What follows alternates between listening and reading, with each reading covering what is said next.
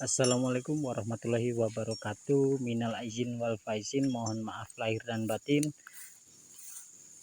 Nah, untuk kali ini kita jam keluarnya sekitaran jam 12. Kalau hari-hari biasa itu sekitaran jam setengah 11, kalau enggak jam 10. Nah, untuk pengangonan ini kita arahkan ke simpang 4 biar dia makannya agak banyak, dan jam pulang tidak seperti hari-hari sebelumnya. Kalau hari-hari sebelumnya itu kita berangkat jam setengah 11, paling siang jam 12, itu kita pulang sekitaran jam 5 atau jam 5 lewat sedikit. Nah, kalau untuk hari-hari seperti ini, seperti Idul Fitri, Idul Adha, itu kita keluar sekitaran jam 12 atau jam setengah 1, dan kita pulang sekitaran jam setengah 6 atau jam 6 sore. Nah, jika kalau keluarnya jam 12 atau jam setengah 1, nah kita itu pulangnya jam 5 atau jam 5 lewat, itu sapi-sapi ini susah untuk digiring, teman-teman. Jadi dia belum kenyang. Jadi kalau kita berangkatnya udah terlalu siang, itu pun pulangnya harus kita sore, melewati jam setengah 6, biar sapi-sapi ini kenyang. Karena itu semua sudah peraturan dari PT sini.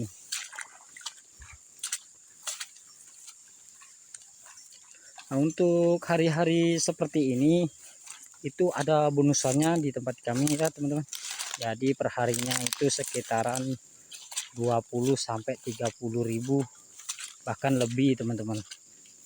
Tapi nggak nyampe 50 ribu, karena tugas kita cuman 4 jam atau 5 jam pengembalaan ini atau pengangon.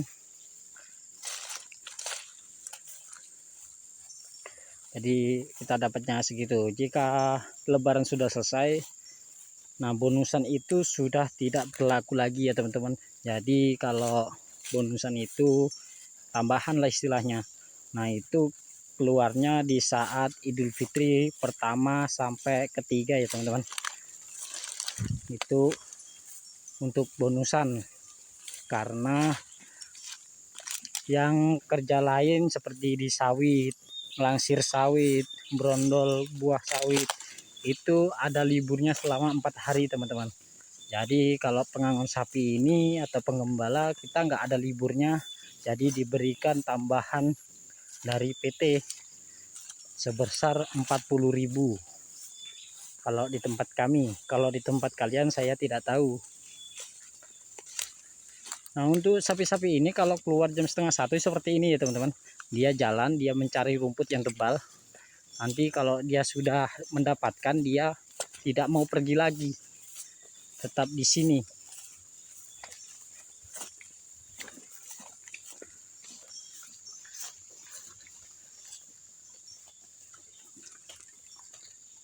Oke, teman-teman, jika kalian suka dengan video-video saya, jangan lupa buat subscribe, like, and comment, dan bantu channel ini biar berkembang. Dan nantinya akan saya kasih tahu cara-caranya untuk pengangonan buat yang pemula yang belum pernah ngangon sapi. Nah, itu caranya dari PT-PT lain atau peternak lain itu berbeda-beda, teman-teman. Jadi nanti kalau mau tahu caranya, tinggal dicantumkan kolom komentar bagaimana caranya. Nanti saya akan bikinkan video buat Anda, biar Anda bisa memahami cara mengatur sapi di lahan seperti ini biar dia kenyang dengan cara cepat. Nah, itu bisa saya ajarkan lewat video. Yang penting intinya subscribe video saya dan nyalakan tombol notifikasinya biar tidak ketinggalan video-video lainnya. Oke, teman-teman. Nah, jadi ini dia sudah mulai makan di sini. Dan ini bulan depan saya akan dibantu dengan menggunakan drone, teman-teman. Jadi saya akan membeli drone untuk wilayah yang susah dijangkau. Misalnya kita di bawah dia di tebingan yang tinggi, dan itu saya akan menggunakan drone. Jadi drone itu fungsinya untuk membantu pemantauan yang susah dipantau ya teman-teman. Misalnya itu ketutupan pohon-pohon pelepah sawit. Nah itu misalnya jauh, datarannya nggak sama, itu kan susah itu dilihat dia sakit apa enggak. Kalau menggunakan drone itu agak ringan. Jadi saya bulan depan akan menggunakan drone, pemantauannya biar enak. Dan di sini tuh kerjanya santai ya teman-teman kalau pengangon. Jadi kalau ada yang nawarin mau nggak ngangon sama saya digaji sekian, nah itu kalian mau saja teman-teman. Jadi ngangon itu capeknya cuman di kaki teman-teman. Jenuhnya saat sapi-sapi ini sudah makan rumput, nah sudah agak kenyang, itu jenuhnya. Kita itu cuman menunggu sapi, ngelihatin yang mana yang nggak sehat, mana yang dia suka tidur tapi nggak makan ya teman-teman. Jadi kita harus lihat terus, jangan bengong, karena sapi ini kalau dia diem agak sepi suasananya. Kalau dia diem makan gitu nggak ada suaranya sama sekali. Nah buat teman-teman yang suka dengan peternak sapi atau pengen tahu info-info menarik tentang peternakan sapi, terus tonton video-video saya teman-teman. Karena video saya ini buat pemula yang belum pernah ngikut ngangon ya teman-teman, intinya itu. Dan untuk yang lainnya itu siapa saja pun bisa mengambil ilmu dari video-video saya. Nah ini ngangon ini bukan nggak mau saya berhentiin, tapi memang kesuruh jalan karena target kita itu di sana. Jadi dia biarin jalan dulu karena dia tahu kemarin itu ditaruh di situ karena rumputnya bagus, jadi dia jalan menuju situ, menuju lokasi yang di sana, yaitu dekat kebun coklat milik orang. Tapi kita nggak masuk ke kebun coklatnya teman-teman, kita masuknya di sebelum kebun coklatnya. Jadi kebun coklatnya itu buat patokan ya teman-teman, karena itu perbatasan antara PT dan punya pribadi. Nah untuk pemantauan kesehatan sapi itu tetap kita jalankan seperti biasa ya teman-teman. Jadi kalau ada yang sakit kita tetap hubungi tim medis agar tidak berakibat fatal pada peternak. Kalau berakibat fatal nanti yang disalahkan bukan tim medis teman-teman, tapi saya, karena saya ini yang mengatur sapi-sapi di lahan ya teman-teman. Kalau tim medis itu tugasnya untuk menyembuhkan sapi-sapi yang sakit. Dan jumlah saat ini tidak seperti biasa karena yang lainnya masih di karantina, belum sembuh. Jadi ini totalnya ada 85 ekor ya teman-teman. Aslinya itu 90 lebih.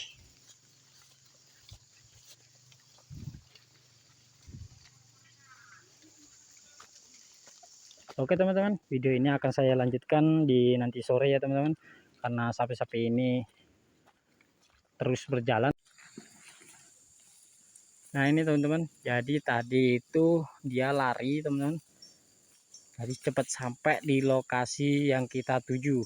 Nah jadi yang lokasi yang kita tuju ini cukup jauh dari kandang, sekitaran hampir lebih dari 2 kilo. Nah jadi 2 kilo itu nggak lurus teman-teman, tapi dia muter. Karena lahan kita itu digapit dengan lahan orang atau lahan pribadi. Jadi di atas itu sudah lahan pribadi ya teman-teman. Di sini di batas jalan yang atas itu lahan kita sampai ke sana. Nah, jadi kita itu kalau menjaga di perbatasan punya orang itu harus ketat ya teman-teman. Kita harus aktif, gerak terus supaya sapi-sapi ini bisa terkendali. Nah, seperti itu yang harus kita kendalikan.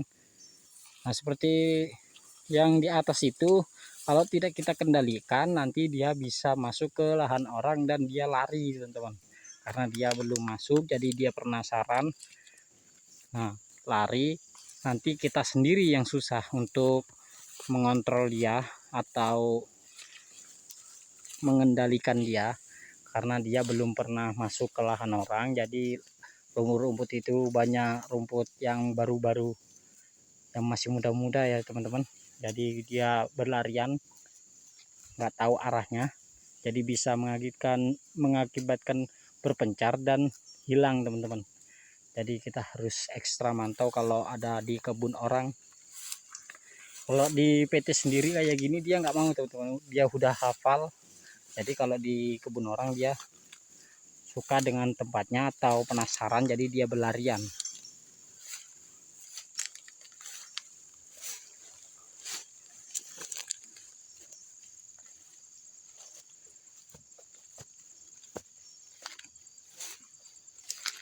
Untuk di jam keberangkatan jam 12 sampai jam setengah 1 ini biasanya dia berhenti atau makan terus tanpa jalan itu sekitaran jam setengah 3, teman-teman. Jadi kalau jam segini dia itu masih agak jalan ya, teman-teman. Nah, seperti ini. Dan di sana juga kita harus pengawasan dari atas, karena di sana takutnya dia lari ke sana, nanti takut dia misah dan hilang.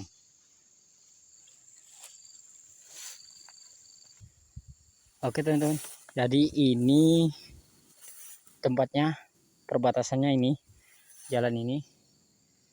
Jadi sebelah situ sudah milik pribadi, di sini milik PT kita. Jadi perbedaan pribadi dengan PT itu ada ciri khasnya di sini, teman-teman. Yaitu kalau PT di sini itu dibersihkan seperti ini. Kalau di lahan pribadi itu enggak dibersihkan, teman-teman. Jadi mudah untuk membedakan lahan PT dan lahan pribadi. Jadi kita cukup menjaganya di jalan. Nah seperti itu ya teman-teman, itu harus kita awasi karena takutnya dia lari ya teman-teman. Jadi saya akan maju terus lewat pinggiran seperti ini. Tapi di sini itu harus berhati-hati teman-teman, karena banyak ularnya di sini. Banyak ular sancanya dan pelepah-pelepah sawit yang dulunya masih tajam-tajam. Jadi kita harus jaga seperti ini kalau di perbatasan, jangan sampai di jalan. Kalau di jalan nanti takutnya dia lari, kita tidak terkendali, nah lolos, kita sendiri yang susah.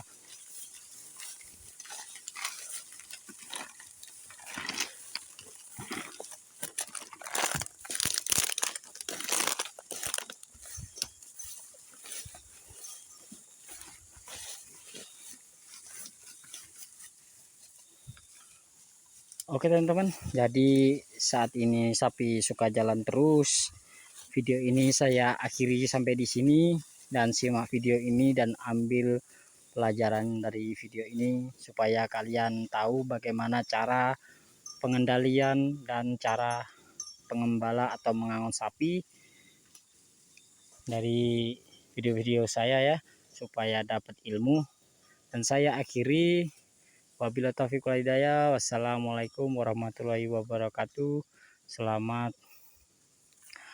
menjalankan Idul Fitri 1445 Hijriah. Minal aizin wal faizin, mohon maaf lahir dan batin.